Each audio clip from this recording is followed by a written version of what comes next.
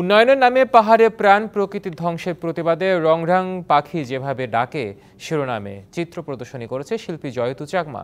7টি drawing, painting, sculpture, digital art work ও ইনস্টলেশনের মাধ্যমে রাজধানীর লালমাটিয়ার কলা কেন্দ্রে বিশেষ নান্দনিকতায় উপস্থাপন করা হয় পাহাড়ি জনগোষ্ঠীর আক্ষেপ, দুর্দশা ও হতাশার চিত্র।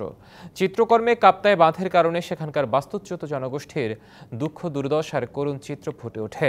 নির্বিচারে পাথর উত্তোলনের কারণে পানির স্তর নিচে নেমে যাওয়া, বৃক্ষ নিধনের মতো পরিবেশ বিধ্বংসী কাজের বিরুদ্ধে প্রতিবাদ স্পষ্ট হয়ে ওঠে এই প্রদর্শনীতে।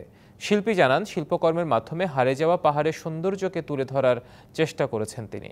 তার দাবি, পাহাড়ের বুকে উন্নয়নের নামে হাতুড়ি চালাচ্ছে পাহাড় খেকোরা, যেখানে বিপন্ন হচ্ছে প্রাণ প্রকৃতি। উন্নয়নের সুবিধা বঞ্চিত হচ্ছে স্থানীয় জনগোষ্ঠী।